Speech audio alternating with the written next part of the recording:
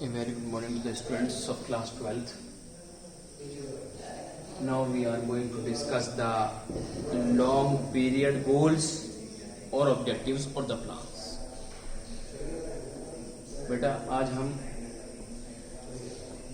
Lesson 2 के अंदर दो पीरियड को डिस्कस करेंगे, एक तो लॉन्ग पीरियड और एक शॉर्ट पीरियड। तो यहाँ पर लॉन्ग पीरियड गोल या फिर इसका दूसरा नाम लॉन्ग पीरियड ऑब्जेक्टिव्स या लॉन्ग पीरियड प्लान्स भी आप कह सकते हैं, और एक है शॉर्ट पीरियड गोल या शॉर्ट पीरियड प्लान्स या शॉर्ट पीरियड ऑब्जेक्टिव्स। दोनों जो प्लान है वो बिल्कुल डिफरेंट है, दोनों के अंदर कोई कॉन्ट्रडिक्शन नहीं। These goals are common to all the 5-year plans। अब ये लॉन्ग पीरियड गोल जो है और शॉर्ट पीरियड गोल जो है, ये दोनों गोल्स जो हैं ये पूरे 5 years प्लान के लिए जो हैं बिल्कुल कॉमन है। ये कहा गया है कि these goals are common to all the 5-year plans and they are generally studied as common goal of 5-year plans or the objectives। आप इसको स्टडी करने के टाइम पर अगर अदर वर्ड्स का यूज करना चाहते हैं तो आप जनरल तरीके से ये भी कह सकते हैं कि इसको हम कॉमन गोल्स या कॉमन 5-year प्लान या कॉमन ऑब्जेक्टिव्स भी प्लानिंग के कह सकते हैं। क्योंकि एग्जाम के अंदर सबसे जो इम्पोर्टेंट पार्ट है वो है क्वेश्चंस के वर्डिंग के मीन्स को अंडरस्टैंड करना।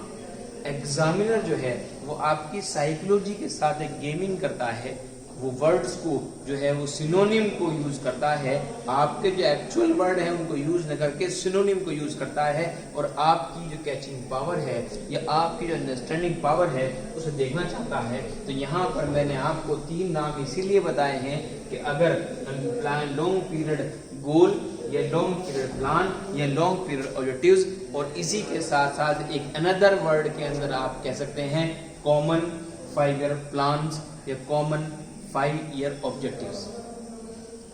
तो यहाँ पर प्लानिंग प्रोसेस के अंदर इंडिया में जो 5-year प्लान है उन्हें लॉन्ग पीरियड और शॉर्ट पीरियड में डिवाइड किया गया।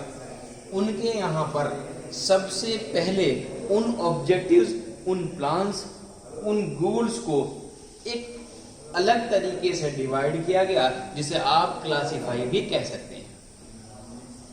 यानी कि वो चीजें, वो स्टेप्स जो कि लॉन्ग टर्म में चेंज करने से हमारे यहाँ की प्लानिंग सक्सेसफुल हो सकती है, हमारे यहाँ की इकोनॉमी जो है वो ग्रोथेबल हो सकती है, उन पॉइंट्स को हम यहाँ पर लॉन्ग टर्म में डिस्कस करेंगे, क्योंकि वो पॉसिबली ही लॉन्ग टर्म में चेंज होने पर हो सकती है, शॉर्ट टर्म में उनकी पॉसिबिलिटी नहीं है। तो यहाँ पर हम सबसे पहले एक पॉइंट यहाँ पर डिस्कस करते हैं, जीडीपी ग्रोथ। यहाँ पर थोड़ा सा हमें ये बात समझनी होगी कि जीडीपी क्या है। इट मीन्स वैसे तो एक जनरल तरीके से ये कहा जाता है कि इसकी जो पर्टिकुलर फुल फॉर्म ये है वो है ग्रॉस डोमेस्टिक प्रोडक्ट। तो यानी कि हर कंट्री की जब जीडीपी इंक्रीज होती है तो समझ लीजिए कंट्री डेवलपमेंट की तरफ चल रहा है, कंट्री डेवलप हो रहा है।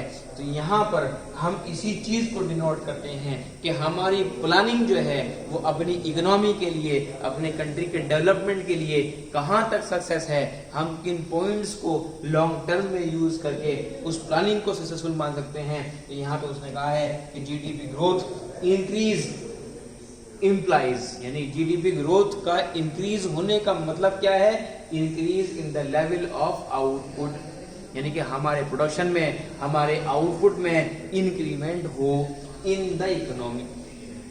उसका बेनिफिट जो है वो ऑटोमेटिकली जो है वो हमारी इकोनॉमी पर पड़ेगा, क्योंकि जब प्रोडक्शन ज़्यादा होगा, सेल ज़्यादा होगी, उसके बाद जो है वो डायरेक्टली और इनडायरेक्टली जो है वो हमारे कंट्री को के जो गवर्नमेंट के फंड्स हैं वो रेज होंगे और हमारा कंट्री जो है री इन्वेस्ट होने के बाद डेवलप होगा।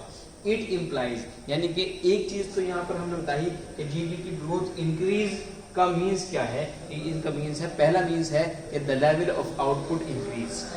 दूसरा जो यहाँ पे हम उसका मीन्स निकालते हैं, वो निकालते हैं कि an increase in the flow of goods and services in the economy, या फिर आप बिजनेस की लैंग्वेज में ये कह सकते हैं कि गुड्स और सर्विसेज का फ्लो होना तेजी के साथ, वो भी जीडीपी ग्रोथ को ही डिनोट करता है।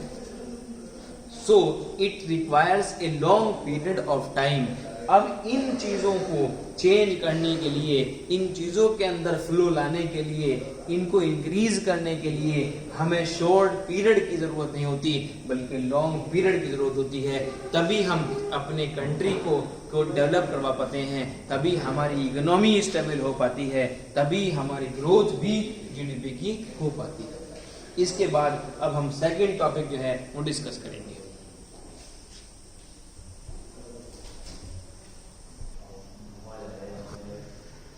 अभी हमने जीडीपी के इंक्रीज होने की बात की थी कि जीडीपी इंक्रीज यानी जीडीपी ग्रोथ इंक्रीज।